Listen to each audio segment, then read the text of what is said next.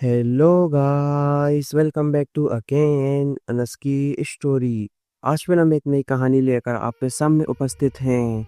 दोस्तों, video start करने से पहले मैं आपसे एक बात कहना चाहता हूँ। अगर ये वीडियो आप तक पहुँच गई है तो प्लीज़ आप चैनल को सब्सक्राइब करें और मुझे अपना छोटा भाई समझकर सपोर्ट करें, क्योंकि आपके सब्सक्राइब करने से हमें मोटिवेशन मिलता है और वीडियो बनाने में भी अच्छा लगता है।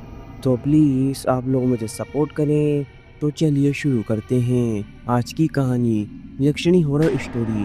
गांव तामसी की सीमाओं से परे, जहां जंगल इतने घने हैं कि दिन में भी रात जैसा अंधेरा छा जाता है, वहीं पर एक पुरानी हवेली खंडर में तब्दील हो चुकी थी।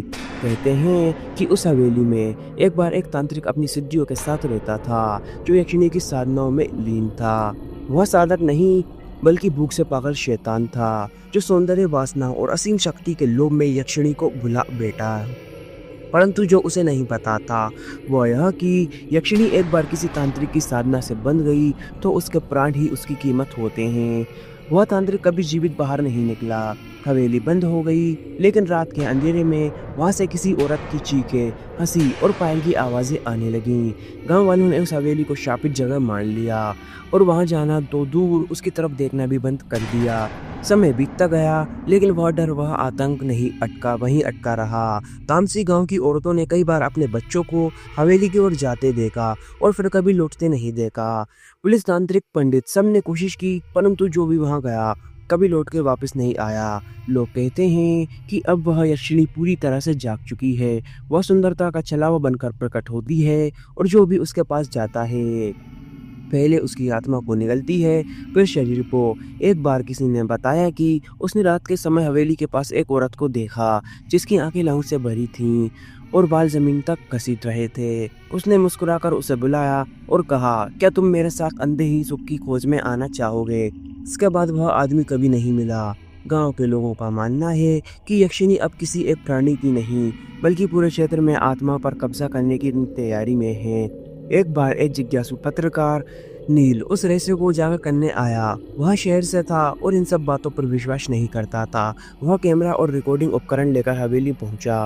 रात के 12 बजे, जब आसमान में चंद्रमा बादलों के पीछे छुपा था और सन्नाटा गहराता जा रहा था, नील ने अपने कैमरे में एक साया कैद किया। एक खूबसूरत औरत जो धुन की तरह उसमें समा गई। तो वह कह रही थी कि मेरी साधना अधूरी रह गई, मेरी मुक्ति अधूरी है, मुझे पूर्णता चाहिए।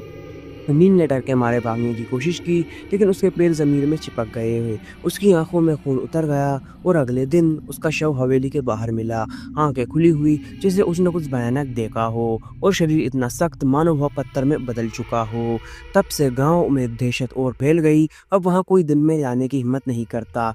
हवेली के आसपास का इलाका पूरी तरीके से वीरान हो गया है। कुछ तांत्रिकों का कहना है कि यक्षिणी अधूरी साधना के कारण एक भूतिया प्रेतनी बन चुकी है, जिसका रूप इतना मोहक होता है कि आदमी उसका शिकार बनने के लिए खुद चलकर जाता है। पर जब वह वापस आ जाती है तो उसकी सुंदरता विकराल बन जाती है। आंखें जलने लगती हैं, त्वचा गल जाती है और अंत में सिर्फ कंकाल बचता है।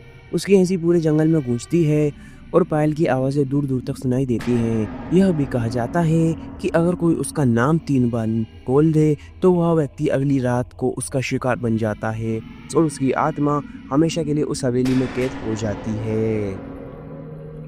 यह कहानी केवल मनोरंजन के लिए है। इसका उद्देश्य किसी भी धार्मिक या सांस्कृतिक भावनाओं को ठेस पहुंचाना नहीं है। अंत में मिलता हूं आपको नेक्स्ट वीडियो में किसी नए टॉपिक के साथ। तब तक love you so much Anas की जनता। अगर आप लोगों के पास भी कोई डरावनी या हॉरर स्टोरी है तो आप हमें इंस्टाग्राम पर डीएम करें। जय हिंद, जय भारत। अगर आपको वीडियो अच्छी लगी हो तो प्लीज़ वीडियो को लाइक करें और चैनल को भी सब्सक्राइब करके बेल नोटिफिकेशन को ऑल पर प्रेस कर दें। Thanks for your watching.